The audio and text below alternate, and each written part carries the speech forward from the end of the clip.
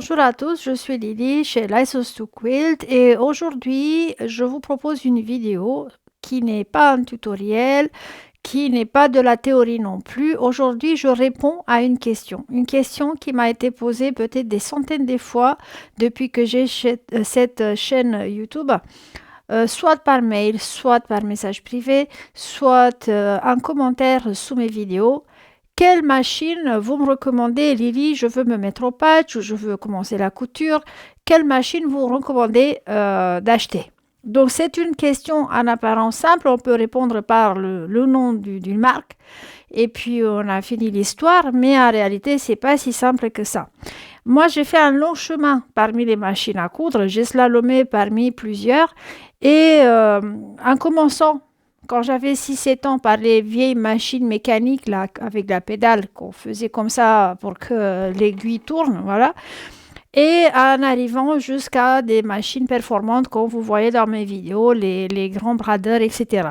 Mais depuis mes 39-40 ans, quand je me suis mis au patch, donc quilting patch, c'est là où j'ai commencé à m'intéresser aux machines à coudre modernes.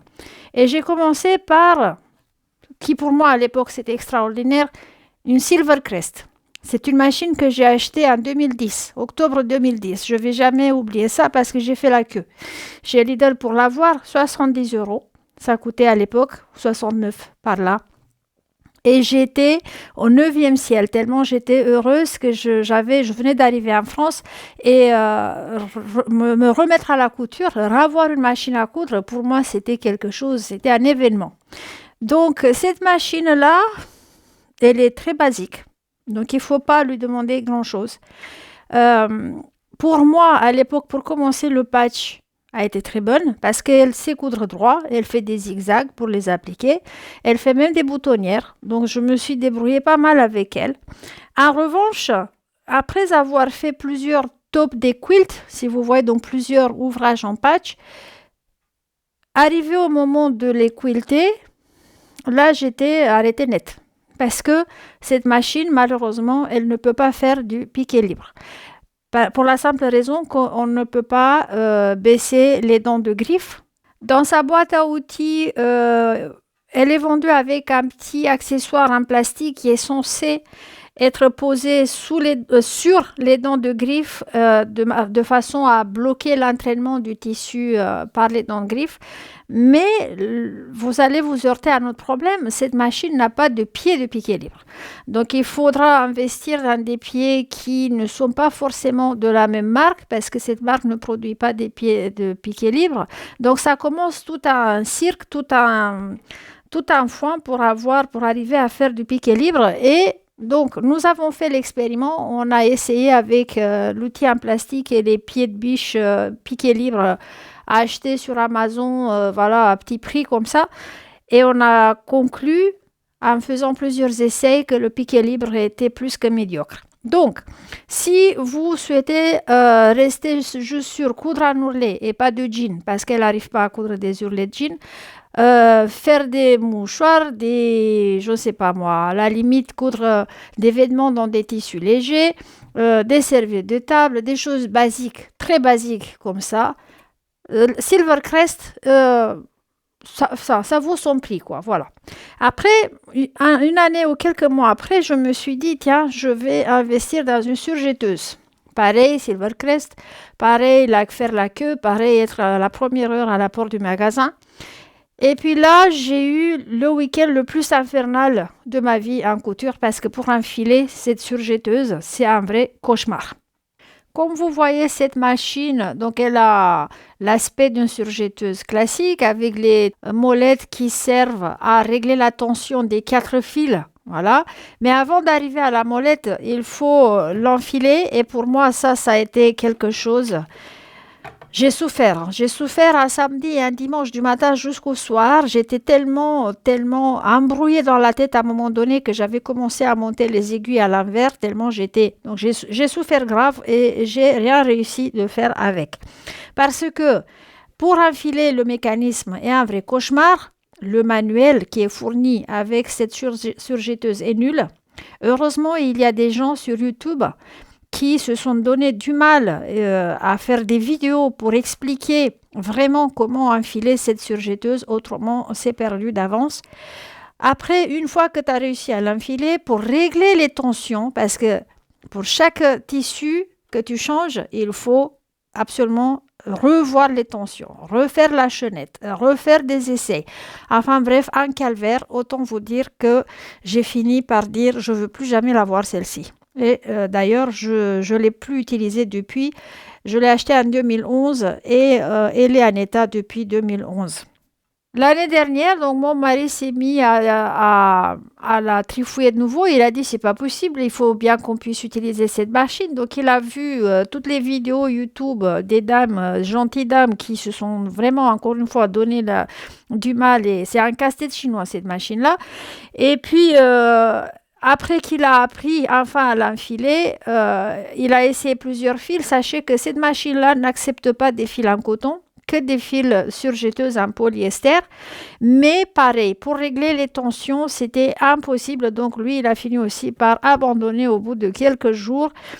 Et cette machine est là juste comme une pièce de musée chez nous. Voilà, donc elle sert à rien.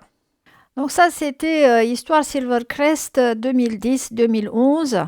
Et on arrive en 2015. En 2015, j'ai fait le triple sale mortel de m'acheter cette machine-là. Donc, il faut dire qu'entre 2010 et 2015, je rêvassais d'une machine Brother. Je regardais toutes les vidéos YouTube. J'ai vu l'apparition de la série 4, l'apparition de la série V. Et je me disais, bon Dieu, si j'avais une machine pareille, qu'est-ce que je ferais, moi? Parce que je sentais la créativité qui bouillait à moi et je n'avais pas les moyens de l'exprimer. Et donc, en 2015, janvier 2015, celle-ci est arrivée à la maison. À l'époque, elle m'a coûté 7 500 € que j'ai payé en 3 fois.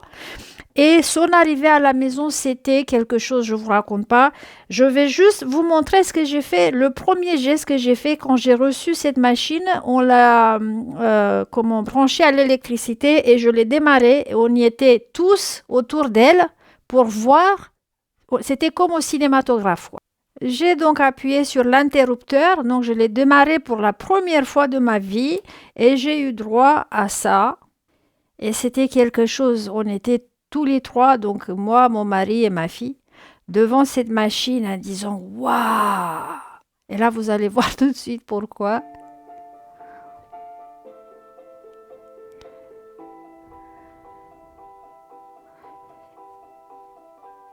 Elle est capable de lire des vidéos, elle est capable de se connecter à une prise USB, elle est capable de tellement de choses, cette machine, que pour moi, ça a été un carrefour, je vais dire, un moment clé de ma vie de créatrice, de couturière, de tout ce que vous voulez. Voilà, donc je vais arrêter la musique maintenant.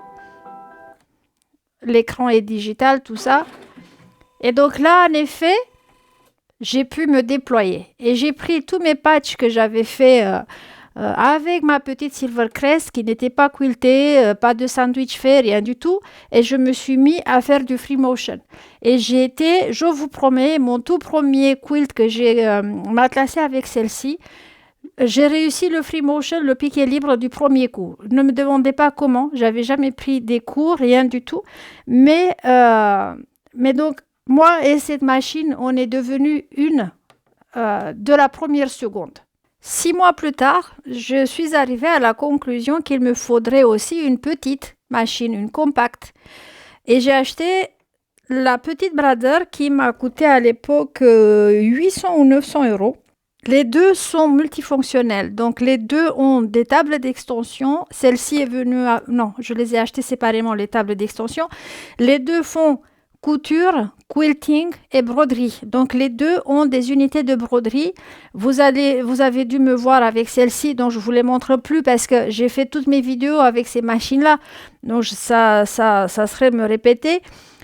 Mais je me suis dit, il faut que je puisse me déplacer pour aller dans des clubs de patchwork, dans, je sais pas moi, là où j'ai besoin. Celle-ci pèse 30 kilos. Donc, pour la prendre et partir en vadrouille avec, c'est compliqué. Donc, sa petite sœur est venue l'accompagner. Et avec celle-ci, j'ai fait le club de patchwork à Corel. Ceux qui ont participé à l'époque avec moi se rappellent très bien de cette machine. J'ai commencé ma chaîne YouTube avec celle-ci. Voilà. Après, j'ai commencé à montrer l'autre. Donc, en effet, ça m'a permis de développer. Et ces deux machines-là ont mis les bases, en fin de compte, quelques années plus tard, à notre entreprise Lysos to Quilt. Donc, plus que j'apprenais à faire, plus l'usage était intensif, plus j'accumulais des connaissances, plus j'avais envie de partager. Donc, ça a commencé par la chaîne YouTube, la page Facebook, la Lysos to Quilt, et ça a fini par l'entreprise que vous connaissez aujourd'hui. Comme je vous ai dit, j'étais en train déjà de me diversifier. Plus que j'avançais dans la couture, dans le patchwork, plus j'avais envie de faire plus et de connaître plus et d'expérimenter plus. Ce qui fait que, je crois, l'année d'après, donc en 2016, j'ai acheté ma première vraie surjetteuse, une Babylock Ovation. Quand on sait que Babylock a inventé les surjetteuses, ou la toute première surjetteuse au monde appartient à Babylock, c'est eux qui ont inventé le concept, le mécanisme, tout ça. On se doute bien que ces gens-là, ils ont quand même une expertise. Et en effet, ma vie a été tellement facilitée par cette machine parce qu'elle s'enfile toute seule, elle règle les tensions toute seule. Je peux passer de l'organza sur du simili-cuir sans même l'arrêter. Donc, elle s'adapte automatiquement à l'épaisseur de tissu qu'elle a en dessous et vous avez dû me voir faire un quilt, le quilt Nancy avec cette surjetteuse. Elle aussi est multifonctionnelle parce qu'elle fait surjetteuse et couvreuse. Je l'enfile par là pour faire surjetteuse et je l'enfile par là et je change quelques petites paramètres pour la transformer en couvreuse. Alors pour moi, pour mon usage, c'est la formule idéale que je pouvais trouver. Je crois qu'à l'époque, j'ai payé 3 500 € sur cette machine. Que j'ai acheté tous mes achats, je les ai faits online. Je ne me suis jamais déplacée à une boutique, à une autre. J'ai juste cherché les sites qui me proposaient parce que je connaissais les marques, je savais que ça valait le coup. Du coup, voilà, acheté sur Internet aussi. Et elle fait partie de ma vie et de mes créations depuis. Au fur et à mesure que notre chaîne YouTube se développait et que je faisais nombre de projets, dont nombre de free motion, de piquets libres, je suis rendue à la conclusion qu'il me faut une machine exprès pour le piquet libre. Et c'est comme ça que Juki est rentrée dans notre vie, cette machine qui est une piqueuse plate semi-professionnelle, qui doit être huilée, qui doit être chuchotée, qui est sensible au niveau des tensions. Mais elle fait un piqué libre d'enfer. Donc celle-ci, je l'ai achetée en janvier 2021. Je ne sais pas pourquoi j'ai fait mes achats surtout en début d'année. À l'époque, son prix était à 1 500 € que j'ai payé aussi en plusieurs fois. Et désormais, vous me voyez dans mes vidéos faire le matelassage de tous mes ouvrages avec la Juki, qui est spécial quilting. Cette machine aussi au début m'a donné des émotions parce que pour l'enfiler, il faut être très précis aussi. On a regardé nombre de vidéos tutoriels sur YouTube, surtout chez les Américains où elle est plus connue. Et puis pour régler les tensions aussi, c'est très très sensible. Dès qu'on change le fil, il faut revoir les tensions. Pour elle aussi, la tension se règle au niveau de la canette, donc à l'intérieur. Donc, mais enfin, maintenant on a le coupe-main et on sait faire. Mais au départ, on s'était dit, bon sang, cette machine a un problème. Mais non, en fait, c'est nous qui avions un problème parce que on ne faisait pas les choses correctement. En conclusion, je suis très contente de cette machine et pour moi qui fais énormément de piquets libres, cette machine était une nécessité. Entre 2015 et 2021, il y a encore eu 2 acquisitions parce que j'ai découvert le Sashiko. Et là, vous avez la machine Babylock Sashiko. Pareil, ils sont pionniers Babylock dans la création de cette machine. Ils sont les seuls à avoir créé, du moins à l'époque, je ne sais pas maintenant s'il y a d'autres marques qui font ça, une machine spéciale Sashiko avec un mécanisme à part. Vous voyez qu'il n'y a pas de bobine. Il n'y a pas de fil supérieur. Elle s'enfile seulement dans la canette Sashiko et la méthode de quilting et de broderie japonaise. Donc, couture manuelle avec un point sauté. C'est pourquoi il fallait un mécanisme spécial. Donc, attention aux machines électroniques modernes qui vous disent, j'ai vu sur une, je ne peux pas donner de nom pour ne pas me retrouver après avec des soucis, qui disait, il y a 3 points de Sachiko que ma machine fait. Je lui ai dit à cette dame, impossible. Donc, c'est impossible parce que le Sachiko est un mécanisme complètement à part. Et en effet, sur l'écran de cette machine, de cette dame, qui est d'ailleurs une amie à moi, c'était marqué, il y avait 3 points, Sachiko 1, Sachiko 2, Sachiko 3. J'ai dit, oh là là, dis donc, voilà pourquoi c'est impossible. Parce que vous voyez ici, cette machine s'enfile seulement à la canette. Le fil sort par là, et c'est d'ici qu'elle attrape le fil et elle commence à coudre, à faire le point Sachiko. Donc, les machines électroniques ont fil supérieur et canette. Elles travaillent avec les 2 fils en même temps. Donc, il est impossible qu'elles fassent du Sachiko. Donc, si jamais quelqu'un vous dit pour une machine moderne, électronique, pas les Babylock, les Babylock font aussi des machines modernes, elle fait du Sachiko, sachez que c'est pas possible, je veux pas dire, c'est pratiquement un mensonge. Donc, je vais vous faire une vidéo une autre fois avec une démonstration de la Babylock Sachiko, mais je voulais vous la montrer et vous prouver que cette machine utilise un seul fil, ce qui est impossible pour les autres machines. Et enfin, ma machine à feutrer, toujours Babylock, c'est une machine censée créer des embellissements à partir de la laine, des fibres diverses et variées, très utilisées dans l'art textile d'ailleurs. J'ai fait une démonstration avec elle au dernier Quilting Retreat de l'année dernière. Cette machine n'utilise aucun fil, ni supérieur ni inférieur. Elle a juste ici une série de 12 aiguilles à puncher, donc qui servent à fusionner des matières entre elles. Vous pouvez carrément créer un nouveau tissu à partir de vos chutes de tissu.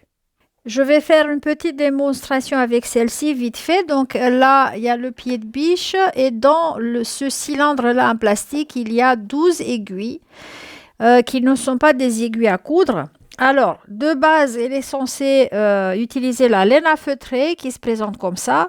On va juste la glisser sous les pieds. Attention, ça va faire du bruit. Et on commence à taper.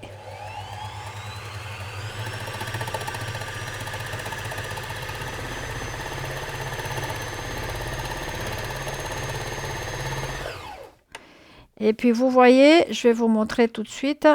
Là, ça commence à solidifier ici. Donc, ça devient un tissu solide. On peut mélanger des fibres, on peut faire un grand morceau qu'après on découpe et on fait de l'appliqué, par exemple. Donc, voilà.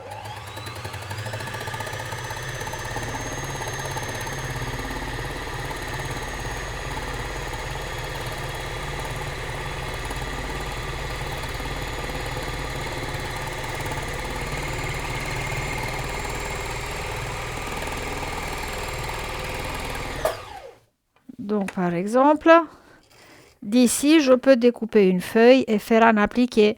Je peux aussi rajouter des fibres d'autres couleurs. On va faire juste, par exemple, je veux rajouter un peu d'une autre couleur, je mets par-dessus. Donc, ces aiguilles-là font fusionner les fibres ensemble.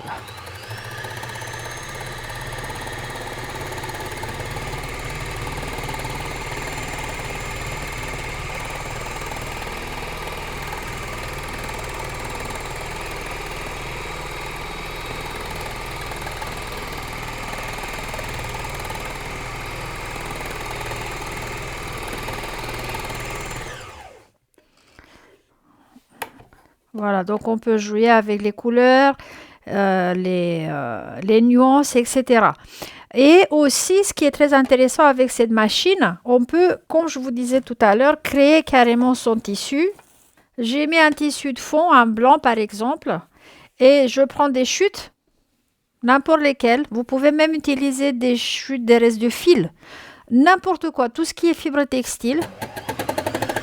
Pardon.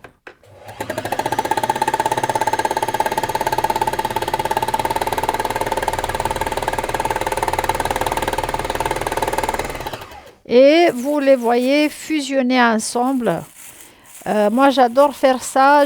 Comme je vous ai dit, j'ai fait une démonstration à l'occasion d'un quilting retreat.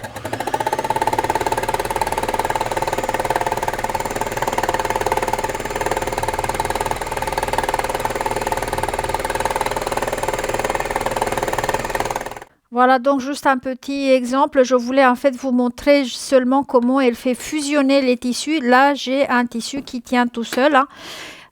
Vous pouvez créer des nouveaux tissus à partir de vos chutes. Les aiguilles n'ont pas d'œil, hein, donc c'est des aiguilles pour machine à feutrer parce qu'ils ne reçoivent pas de fil. Et je vais vous montrer l'envers de ces tissus parce qu'au Quilting Retreat, les dames trouvaient que c'était aussi intéressant sur l'arrière. Donc ça fait un peu pastel. Donc, je trouve que cette machine m'a coûté 300 euros. Donc, ce n'est pas un grand investissement, mais c'est vraiment hyper intéressant pour les personnes très créatives.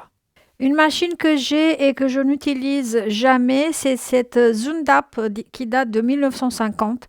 Je l'ai achetée pour sa valeur historique en fait. Elle est en état de fonctionnement parfaitement, mais je ne l'utilise pas parce que je veux la préserver en fait.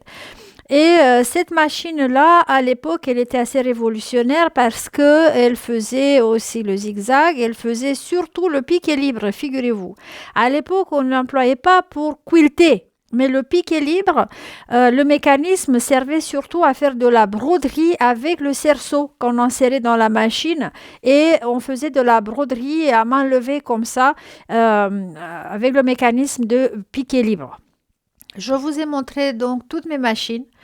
Pour répondre à la question, quelle machine vous me recommandez pour m'initier au patchwork ou à la couture, je vais répondre, moi, je fonctionne avec Brother, Juki et Babylock. Voilà, c'est ces trois marques-là qui me sont indispensables et au jour d'aujourd'hui, je les changerai pour rien au monde.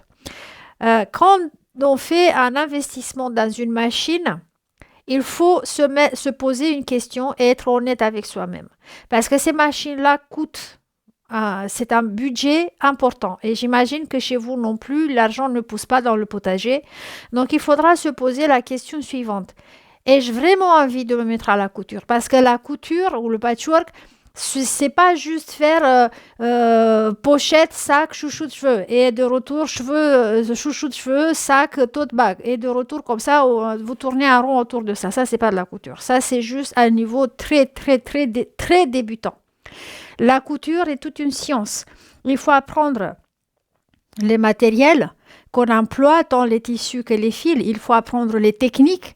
Il faut apprendre le mode de fonctionnement des machines et des outils qu'on emploie. Il faut apprendre un peu le design. Donc, c'est toute une science qui est derrière la couture. Quand on voit des belles choses et qu'on a envie de les faire, sachez que derrière, c'est tout un travail de la personne qui a créé cette chose-là.